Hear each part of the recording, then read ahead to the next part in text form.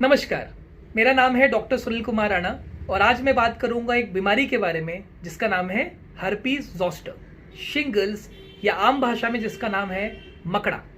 मकड़ा बेसिकली एक viral infection होता है। ये किसी मकड़े के काटने से, मकड़े के यूरिन करने से, किसी कीड़े के काटने से नहीं फैलता है। ये बेसिकली एक वायरल इन्फेक्शन है जिसका नाम है वैरिसला ज़ोस्टर वायरस।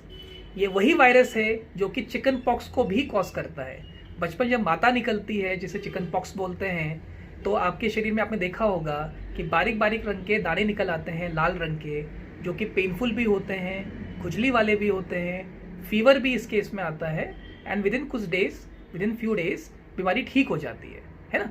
लेकिन यही बीमारी का कॉजेटिव एजेंट यानी कि वैरिसला ज़ोस्टर वायरस आपके शरीर में डॉर्मेट कंडीशन में बैठ जाता है और जब इसको मौका मिलता है ये इरप्ट हो जाता है, मतलब आपके चमड़े पे बाहर निकल के आ जाता है। तो कौन सी कंडीशन है जिसमें कि बाहर निकल के आ सकता है? पहला है इल हेल्थ। आपका अगर आपके स्वास्थ्य अच्छा नहीं रहता है तो ये हो सकता है। सेकंड इसकी वजह हो सकती है वो है आप अगर डायबिटिक हैं, अगर आपका ओबिसिटी है, अगर आपको बीच में किसी प्रकार का और वायरल इन्फेक्शन हुआ था तो भी इरप्ट हो सकता है। सेकेंडली इसमें देखा जाता है कोई ऑटोइम्यून डिसऑर्डर्स हैं, स्ट्रेसफुल कंडीशंस में आप रहते हैं तो ये बीमारी वापस भी आ सकती है। सेकेंडली इसमें देखा जाता है कि आपका एक भाग जनरली शरीर का अफेक्टेड होता है। जैसे अगर ये सर पे हुआ तो स्कैल्प से निकल के फेस के एक हिस्से पे आ जाएगा नेक तक, या अगर हमारे चेस्ट के पास हुआ तो ये चेस्ट से निकल के बैक की तरफ जाएगा, अगर हमारा हाथ पे हुआ तो शोल्डर से निकल के हमारे हैंड पे आएगा। तो ये एक लकीर यानी कि एक लीनियरली इसका एस्पेक्ट होता है जिसको हम डर्माटोमल एरिया बोलते हैं। जैसे हम सरल भाषा में समझें तो जैसे एक टहनी होती है किसी प्लांट की, एक ट्री की, तो टहनियों में बहुत सारे उसके ब्रांचेस काइंड ऑफ निकलते हैं। तो एक एक ब्रांच को आप एक नस समझ लीजिए, तो ये हर एक नस में अटैक करता है। इसलिए पेन पूरे शरीर पे नहीं होके एक ही हिस्से पे रहता है जिस एरिया में इस हर्पीज ने अटैक किया या आपकी नस को डैमेज किया।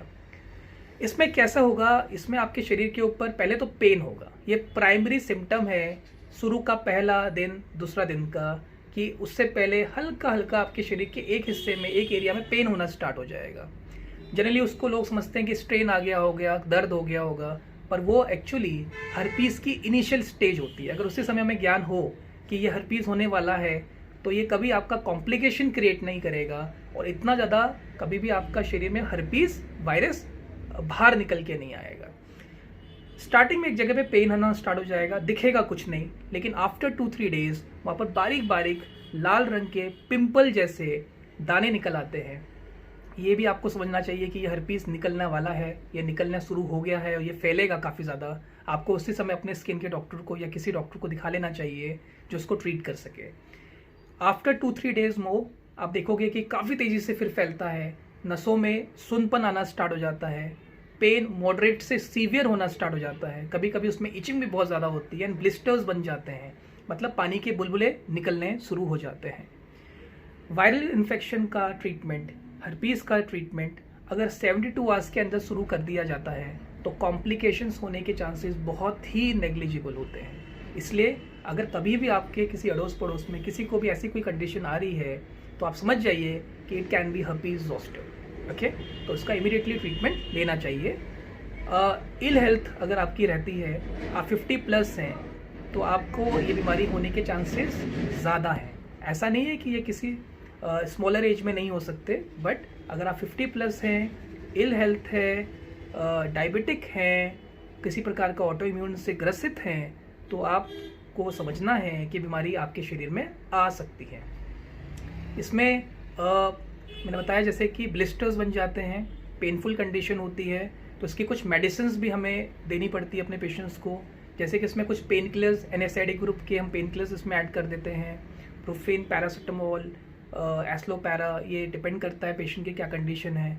इसमें एंटीवायरल ड्रग्स, एसाइक्लोविर करके गोली आती है, वैलासाइक्लोविर करके गोली आती है, हम वो ऐड कर देते हैं।